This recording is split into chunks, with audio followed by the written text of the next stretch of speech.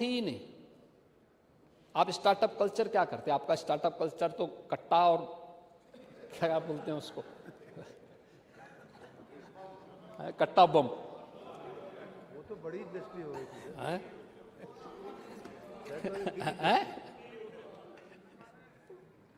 लेकिन आज यूपी के अंदर 20,000 से अधिक पंजीकृत स्टार्टअप हैं और इसमें से लगभग आधी स्टार्टअप का नेतृत्व महिलाएं कर रही हैं।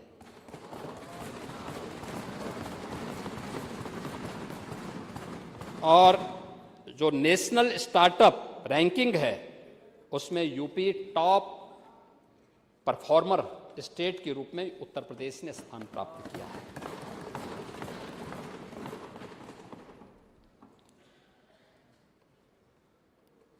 एआई प्रज्ञा पहल, ये नागरिकों और कार्मिकों के एआई प्रशिक्षण में तमाम बड़ी कंपनियों के साथ मिलकर के हम लोग इस दिशा में कार्य कर रहे हैं, इसके प्रशिक्षण के लिए कर रहे हैं। और मैं अध्यक्ष जी आपको धन्यवाद दूंगा कि आपने पिछले वर्ष ही इस सदन के माननीय सदस्यों को एआई में पारंगत बनाने के दिशा में एक प्रशिक्षण के कार्यक्रम को यहाँ पे प्रारंभ किया था और हम लोग प्रयास करेंगे कि ये अनवरत चलने वाली प्रक्रिया का हिस्सा बनना चाहिए। हम लोगों ने इलेक्ट्रॉनिक कंपोनेंट में आत्मनिर्भरता और global AR, VR and XR आधारित कौशल प्रशिक्षण के लिए हम लोगों ने धनराशि की व्यवस्था की है। यानी AR ऑगमेंटेड रियलिटी में, यानी हकीकत में कुछ जोड़ना। ये आप अपनी दुनिया, आंखों से अपनी दुनिया को देख रहे हैं, लेकिन एक चश्मे या फोन स्क्रीन के जरिए उस पर डिजिटल आधारित रास्ता है, नाम है या 3D मॉडल चिपका दी जाए तो बहुत सारे ऐसे गेम हैं जो आज देखने को मिलते हैं और वो चीज़ें हम लोग उसमें प्रशिक्षण देने के लिए एक नया क्षेत्र बना है जिसमें हम लोग लोगों को स्मरण कर सकते, यानी इसमें उसमें उसका स्किल डेवलपमेंट कर सकते हैं। दूसरा वर्चुअल रियलिटी VR, ये नए वे फील्ड हैं जिनके माध्यम से हमारा युवा प्रशिक्षित होकर के और उसके स्किल डेवलपमेंट के माध्यम से उसको नई जॉब क्रिएट कर सकता है। जैसे हम लोग अक्सर देखते हैं, आप जाते होंगे कहीं भी, आंखों पर एक बंद हेडफोन यानी हेडसेट होता है और उसमें असली दुनिया नहीं दिखती। आप पूरी तरह से एक कंप्यूटर जनरेटेड दुनिया के अंदर होते हैं और उसमें जैसे कोई बुजुर्ग अपने घर में बैठा है या कोई ऐसा व्यक्ति जो किसी एक महत्वपूर्ण स्थल में उसको देखने का इच्छुक है, क्या स्थिति है, एक जगह में बैठ करके उसको देख सकता है। और ये वर्चुअल रियलिटी के बारे में ये ढेर सारे जॉब क्रिएट कर सकता है। सरकार इसके लिए भी 100 करोड़ रुपए का प्रावधान हम लोगों ने इस व्यवस्था के लिए की है। और XR यानी ये हकीकत और डिजिटल का मिलन, यानी AR से एक कदम आगे और इसके डिजिटल ऑब्जेक्टिव्स, इन सब को हवा में तैरते हुए नहीं बल्कि वास्तविक मेज पर हम इसको आगे बढ़ा सकते हैं। इन चीज़ों को लेकर के एक नए कार्यक्रम को लेकर के सरकार आगे बढ़ने जा रही है और ये बड़े, यानी टूरिज्म के सेक्टर में और अलग अलग सेक्टर में इसमें बहुत सारी संभावनाओं को हम आगे बढ़ा सकते हैं। और सरकार ने इस दिशा में एक नए कार्यक्रम को मजबूती के साथ आगे बढ़ाने का निर्णय लिया है और सरकार इसमें अपना पूरा सहयोग कर रही है। और इसको जो है बजट में भी हम लोगों ने पहली बार उत्तर प्रदेश के बजट में इसके लिए धनराशि की व्यवस्था भी हम लोगों ने यहाँ की है। मैंने EI सेंटर ऑफ एक्सीलेंस की बात यहाँ पे कही है कि उसके लिए भी धनराशि की व्यवस्था है और भी अन्य महत्वपूर्ण चीज़ों के बारे में हम लोग यहाँ पे पहले ही व्यवस्था कर चुके हैं। लखनऊ और गौतम बुद्ध नगर में यू हब यानी प्लग एंड प्ले इंक्यूबेशन एवं इनोवेशन के लिए धनराशि की व्यवस्था की गई है। और अब यूपी, यानी ये सभी चीज़ें बताती हैं कि उत्तर प्रदेश इन सब के बाद ये चीज़ें अब बीमारू राज्य की श्रेणी से ऊपर उठ करके आगे बढ़ चुका है और काफ़ी चीज़ें उसके सामने देखने को मिल रही हैं कि आज जो बदली हुई तस्वीर है, इसलिए क्योंकि सरकार ने उस दिशा में कार्य प्रारंभ किया है। मैंने यहाँ पर सीएम युवा के बारे में, यहाँ पहले ही मैंने आपको ओडीओपी स्कीम के बारे में भी मैंने यहाँ पे बताया था, अन्य तमाम स्कीम के बारे में जो जिनके लिए धनराशि की व्यवस्था की है। और मैं आज इस सदन में एक बार और कहना चाहूँगा, जो सरकार ने बजट में प्रावधान किया है और उस वह है जो 24 जनवरी को उत्तर प्रदेश स्थापना दिवस के अंदर लौह पुरुष सरदार वल्लभ भाई पटेल के नाम पर हम लोगों ने एक एम्प्लॉयमेंट जोन हर जनपद में स्थापित करने की बात कही है। एक ऐसा सेंटर होगा जो एक ही छत के नीचे, चाहे वह कोई भी किसी भी प्रकार का नौजवान आता है, उसका स्किल डेवलपमेंट भी करना, उसके लिए उसके अनुरूप कार्य को भी उपलब्ध करवाने की तैयारी करना। और इसके लिए एक एम्प्लॉयमेंट जोन के अंदर हमारा लगभग 50 से लेकर 100 करोड़ रुपए तक खर्च होंगे। और इसके लिए सरकार ने व्यवस्था की है कि प्रयास होना चाहिए कि 100 एकड़ लैंड जनपद के पास, बहुत जनपद मुख्यालय से बहुत दूरी ना हो, लेकिन वहां पर होती है। तो हम लोगों ने धनराशि की व्यवस्था सरदार वल्लभ भाई Patel employment and industrial zone की स्थापना करने के लिए किया है, जिसमें एक छत के नीचे सब कुछ उपलब्ध हो जाएंगे। अब ऐसा नहीं कि अलग अलग चीज़ें अलग अलग जगह हो रही हैं। कहीं पहले सेवा योजन कार्यालय होता था, वहाँ से सेवा योजन नहीं होता था, केवल एक उसके रूप में बना रहता था। उद्योग का कार्यालय जिले के अंदर होता था, लेकिन कोई वहाँ एक्टिविटीज़ नहीं होती थी। अब ये सारी एक्टिविटीज एक छत के नीचे हम प्रारंभ कर देंगे, निवेश से लेकर के और उसको जॉब देने तक, उसके यानी स्किल डेवलपमेंट से लेकर के उसको वहाँ पे एम्प्लॉयमेंट देने तक, ये सब कुछ एक जिले के अंदर होगा। और उत्तर प्रदेश यानी उसी जोन में हम लोग सभी कॉमन फैसिलिटी सेंटर भी उपलब्ध कराएंगे, टेस्टिंग लैब भी उपलब्ध करा देंगे, प्रोडक्ट डिस्प्ले और डिजाइन सेंटर, प्रशिक्षण केंद्र, ये सब कुछ उसके अंदर ही उसी जोन के अंदर हम उपलब्ध करवाएंगे। एक बड़ा सेंटर बनेगा जो यूपी को एक नई पहचान उपलब्ध करवा सकता है। और एक नई स्कीम के लिए भी धनराशि की व्यवस्था की गई है, वह है 1 डिस्ट्रिक्ट 1 कुजीन के लिए, एक जनपद एक व्यंजन। उत्तर प्रदेश तो इस दिशा में काफ़ी प्रगतिशील रहा है और उत्तर प्रदेश ने काफ़ी यहाँ पे प्रगति भी की है। और हमारे यहाँ हर जनपद के अंदर कुछ ना कुछ विशिष्ट रहा है।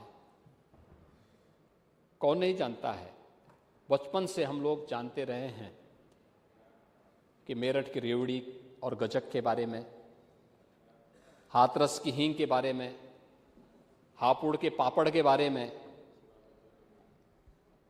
इलाहाबाद के अमरूद के बारे में, बलिया के हलवा के बारे में, यानी ये सभी जौनपुर की इमरती, हाँ, आपने कभी खिलाया ही नहीं तो क्या कैसे कोई बोले। आप खा खा करके स्वयं मोटा गए, लेकिन कभी आप लोगों ने खिलाया। संकल्प ले लिया है आपने, कहा था आर्य समाजी, देखिए आर्य समाजी कभी अकेले नहीं खाता था, 25 किलो, लेकिन ये संगत का असर है। अगर आप इधर होते ना तो ये नहीं करते। लेकिन अब इस कुजीन के लिए सरकार ने ओडीओपी की तर्ज पर उसकी गुणवत्ता को भी ध्यान रखना है, पैकेजिंग को भी, ब्रांडिंग को भी और मार्केटिंग को भी, और उनके प्रशिक्षण को भी हम एक साथ करने जा रहे हैं। और इसके लिए भी बजट का प्रावधान हम लोगों ने यहां पर व्यवस्था की है। मैंने इसके बारे में पहले ही बताया है, महिला उद्यमिता सशक्तिकरण के लिए भी हम लोगों ने यहाँ पे काफ़ी, उसमें पहले से हम लोगों ने इसके बारे में बात की है।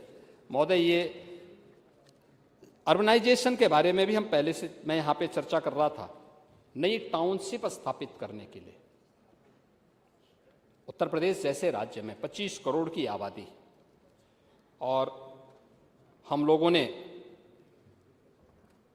बजट में इसके लिए व्यवस्था की है कि अगले 5 वर्ष में 100 नई टाउनशिप विकसित करने का हमारा लक्ष्य है। 100 नई टाउनशिप प्रदेश के अलग अलग जनपदों में इसको स्थापित करेंगे। हम लोगों ने अभी हाल ही में 114 टाउनशिप के प्रस्ताव स्वीकृत भी किए हैं, जिनमें तेजी के साथ गरीबों के लिए भी और हर तबके के लिए आवास के निर्माण हो रहे हैं और उसके लिए जगह जगह लैंड बैंक बनाने की कार्रवाई भी तेजी के साथ आगे बढ़ी है। भारत सरकार की जो compliance reduction and deregulation policy के अंतर्गत जो महत्वपूर्ण घोषणा है, अब तक होता क्या था, एक गरीब छोटा सा मकान बनाता था तो लोग जाके उसको परेशान करते थे। हम लोगों ने तय किया है कि 100 वर्ग मीटर तक आवासीय एवं 30 वर्ग मीटर तक व्यावसायिक भूखंड पर केवल पंजीकरण करने की आवश्यकता, उसको नक्शा पास कराने की आवश्यकता नहीं है। वो अपना केवल पंजीकरण कराए और घोषणा करें कि इससे ज़्यादा नहीं है, कोई उसको परेशान नहीं करेगा। अगर परेशान करेगा तो कार्रवाई होगी। 500 वर्ग मीटर आवासीय और 200 वर्ग मीटर वाणिज्यिक तक स्वतः मानचित्र अनुमोदन की व्यवस्था भी की गई है। यानी ये सारी चीजें अब ऑनलाइन की तरफ हम लोग बढ़ रहे हैं और इन सब प्रयासों से उत्तर प्रदेश के अंदर नए रोजगार की सृजन किस रूप में होंगे? उद्योग लगाने में, होटल बनाने में, चिकित्सालय बनाने में और सेवा क्षेत्र में तमाम प्रकार के निवेश इसके माध्यम से प्रारंभ होंगे। और लखनऊ में मेट्रो फेज 4 बाग से बसंत कुंज तक के लिए भी 1268 करोड़ रुपए का बजट का प्रावधान हम लोगों ने इस बजट में कर दिया है। आदरणीय प्रधानमंत्री जी परसों देश की पहली नमो भारत ट्रेन का उद्घाटन करेंगे। मैंने अभी परसों भी कहा था यहाँ पे इस सदन में, राज्यपाल जी के भाषण का जवाब देते समय मैंने कहा था, मेरठ से दिल्ली की दूरी तय करने में आपके समय में कितना समय लगता था? घंटों लोग जाम में फंसे रहते थे और पहली बार हुआ है भारत का इंफ्रास्ट्रक्चर कैसे होगा। 12 लेन का एक्सप्रेसवे दिल्ली से मेरठ के बीच कुल 40 से 45 मिनट में रैपिड ट्रेन, नमो भारत ट्रेन के रूप में दिल्ली से मेरठ को जोड़ने के लिए प्रधानमंत्री जी के द्वारा अभी परसों 22 को इसका उद्घाटन होने जा रहा है। और इसमें यही नहीं होगा, इसके साथ साथ मेरठ के अंदर 2 कॉरिडोर इसके बनने जा रहे हैं। इसमें एक जहां पे ये नमो भारत ट्रेन चलेगी, एक में मेट्रो का भी होना संचालन। यानी उत्तर प्रदेश देश के अंदर सर्वाधिक शहरों में मेट्रो का संचालन करने वाला राज्य है और एक और शहर हमारा मेरठ इसमें बढ़ गया है और वह ये चीज़ें आगे बढ़ चुकी हैं।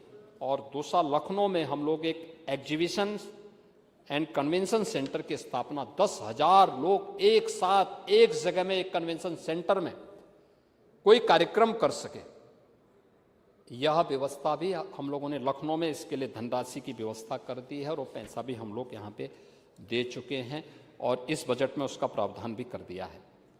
मैंने यहाँ पे सिटी जो आपका जो है स्टेट कैपिटल रीजन और उसके बारे में सिटी इकोनॉमिक रीजन के बारे में चर्चा की है, उसके लिए धनराशि की व्यवस्था की है। प्रदेश ने अन्य क्षेत्रों में भी जो कार्य किए हैं, खासतौर पर प्रदेश के अंदर अपनी अर्थव्यवस्था को और सुदृढ़ करने की दिशा में, जिसमें हमारे औद्योगिक निवेश के कार्य को वर्ल्ड क्लास कनेक्टिविटी के माध्यम से, जो हमारी यूपी की सेक्टोरल पॉलिसीज हैं उनके माध्यम से, जो हमारे डिजिटल प्लेटफॉर्म हैं और लैंड बैंक हैं, आज उसका परिणाम है कि राज्य बीमारू राज्य के माध्यम से उभर करके अब भारत की इकोनॉमी का एक ग्रोथ इंजन बनकर के उभरा है और मजबूती के साथ यूपी ने अपनी एक नई पहचान बनाई है। और आज मैं कह सकता हूं कि उत्तर प्रदेश के अंदर अलग अलग हमने क्लस्टर तैयार किए हैं। अगर हम एक्सप्रेस वे की बात करते हैं तो एक्सप्रेस वे, इससे पहले होता क्या था, एक्सप्रेस वे बना दिया और बाकी उस भगवान भरोसे छोड़ दिया जाता था। अब हम लोग इन सब में भी उसके किनारे भी कुछ क्लस्टर डेवलप करने जा रहे हैं और इसके लिए हम लोगों ने एक एक्सप्रेस वे के किनारे 27 ऐसे इंटीग्रेटेड क्लस्टर डेवलप करने की कार्रवाई की है, जिसके माध्यम से 12,500 एकड़ लैंड बैंक का एक लैंड बैंक वहां पर तैयार हो रहा है, जहां पे नए औद्योगिक क्लस्टर विकसित होंगे और एम्प्लॉयमेंट वहां पर नौजवानों को, उत्तर प्रदेश के नौजवानों को वहां पे उपलब्ध होगा।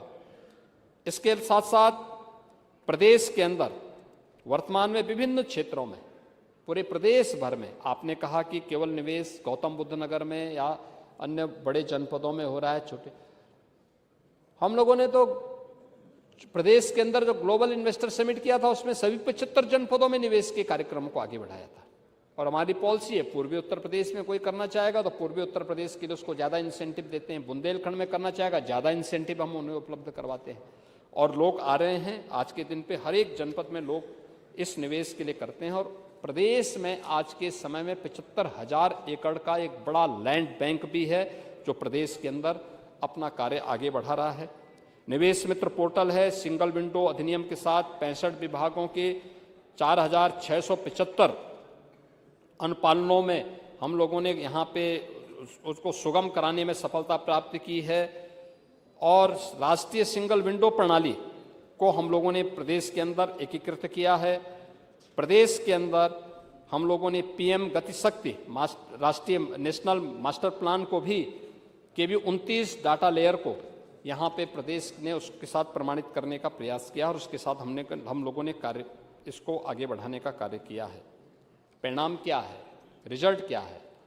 निवेश के 50 लाख से अधिक निवेश के प्रस्ताव उत्तर प्रदेश को प्राप्त हुए हैं और प्रदेश में इसके माध्यम से लाखों नौजवानों को नौकरी की सुविधा प्राप्त हुई है।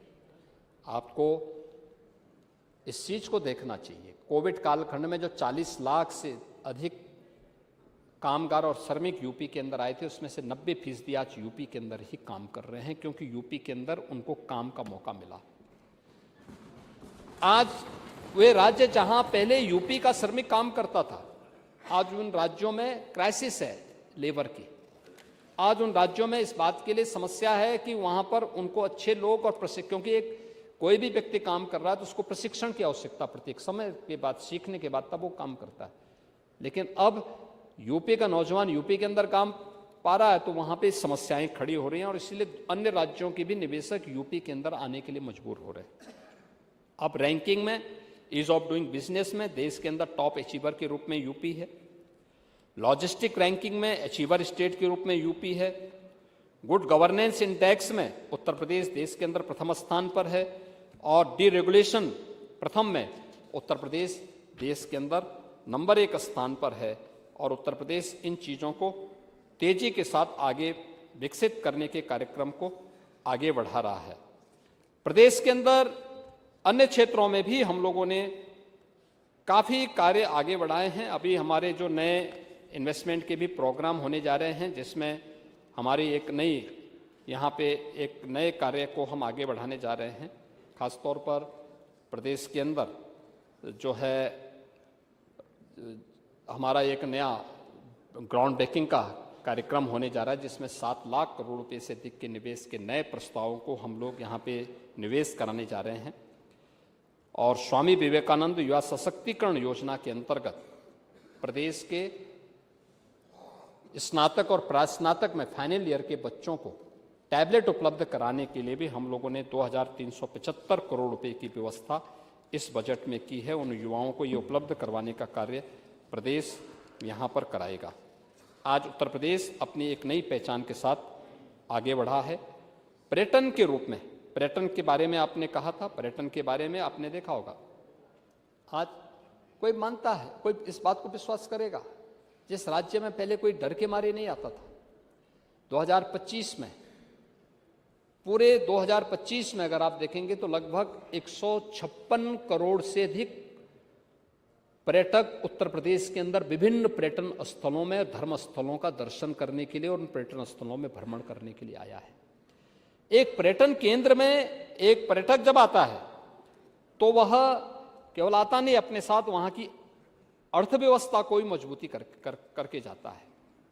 उसके माध्यम से वहां की अर्थव्यवस्था में एक नया यानी आर्थिक सशक्तिकरण और राजस्व वृद्धि में और युवाओं के लिए व्यापक रोजगार सृजन में भी उसकी एक बड़ी भूमिका वहां पर होती है। और उसी का परिणाम है कि आज सरकार ने उन सभी क्षेत्रों में काम प्रारंभ किया है। यह सरकार तो पहली सरकार है, आप लोग तो घोषणाएं करने तक सीमित रहते हैं, कभी आप लोगों ने काम करने का प्रयास नहीं किया, बल्कि जो था भी उसको भी बिगाड़ने का काम जरूर कर सकते हैं। हमारी सरकार ने, अगर हमने काशी विश्वनाथ धाम बनाया है, अगर अयोध्या में राम जन्मभूमि और अयोध्या का विकास किया है, मां विंध्यवासिनी के भव्य कॉरिडोर का निर्माण किया है, और चित्रकूट में जाकर के देखिए ना, चेंज आज दिखाई देता है। कैसे कार्य होना चाहिए, चित्रकूट और प्रयागराज उसके उदाहरण है, नैमिषारण्य उसका उदाहरण है, सुखतीर्थ उसका उदाहरण है।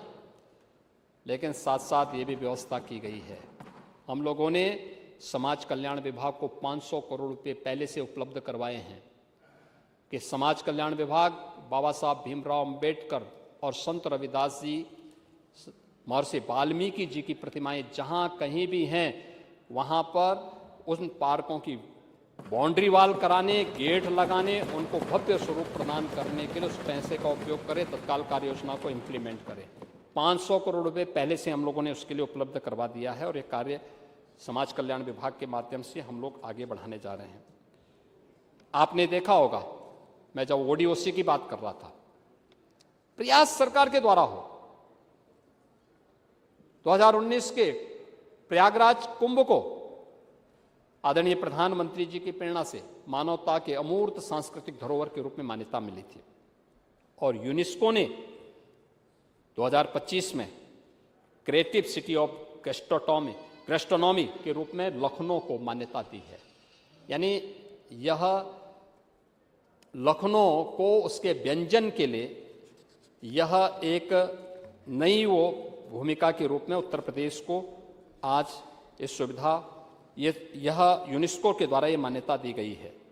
और आगरा में कल छत्रपति शिवाजी महाराज का जन्मदिन था। हमारे मंत्री, उच्च शिक्षा मंत्री जो उनको आप स्मरण कर रहे थे, उसी कार्यक्रम में थे। हम लोगों ने आगरा के अंदर जो कभी मुगल शासकों ने हिंदू बहन और बेटियों की इज्जत के साथ खिलवाड़ करने के लिए मीना बाजार बनाया था, वहाँ एक मीना कोठी भी थी। हम लोगों ने इसको पूरे अपने उसमें ले लिया है, और हम वहाँ पे छत्रपति शिवाजी महाराज का भव्य स्मारक बनाने जा रहे हैं।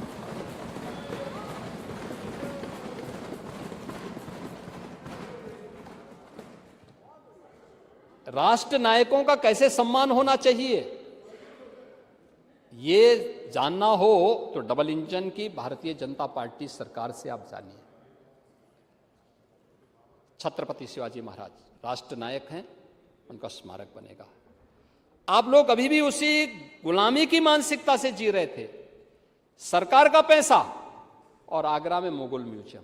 हमने कभी मुगल म्यूजियम क्या होता है जी, उसका नाम छत्रपति शिवाजी महाराज के नाम पे होना है, और उसी को हम लोग आगे बढ़ा रहे हैं।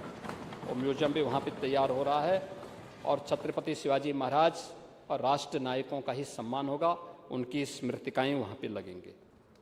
उन कार्यक्रमों को हम आगे बढ़ाने जा रहे हैं। इसके साथ ही प्रदेश और यूनियन बजट में आपने देखा होगा, हस्तिनापुर को और सारनाथ को आइकॉनिक सिटी के रूप में डेवलप करने के लिए यूनियन बजट में उसका प्रावधान है। और प्रदेश सरकार ने भी श्रावस्ती के साथ ही बटेश्वर को भी इस दिशा में आगे बढ़ाने की दिशा में हम लोगों ने कार्य प्रारंभ किया है।